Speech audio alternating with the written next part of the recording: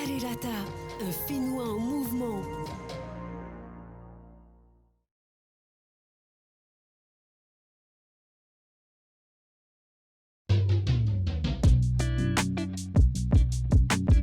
Farirata, premier réseau de proximité en Polynésie française, a pour raison d'être de relier les gens entre eux, d'offrir au plus près de la population des services de proximité.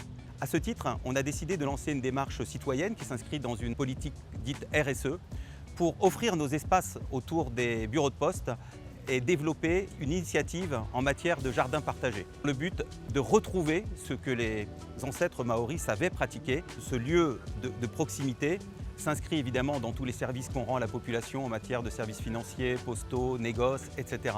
L'ADN de la Poste, c'est d'être utile pour les autres, c'est d'être extrêmement orienté en matière de services. Il nous semblait cohérent de pouvoir contribuer humblement à s'inscrire dans cette démarche qui a pour vocation de contribuer à faire en sorte qu'on puisse aller vers l'autonomie alimentaire dans les Tuamotu. J'ai eu la chance d'être approché justement par le Farirata qui m'a parlé un petit peu de leur projet et qui m'a tout de suite convaincu dans le sens où c'était vraiment quelque chose de proche de la population. Au vu de cette structure qui est le Farirata, je me suis dit, voilà, là on a quelque chose qui va nous permettre de communiquer, de faire vivre autour de différents acteurs de la population. Un premier projet en but auto-fertile.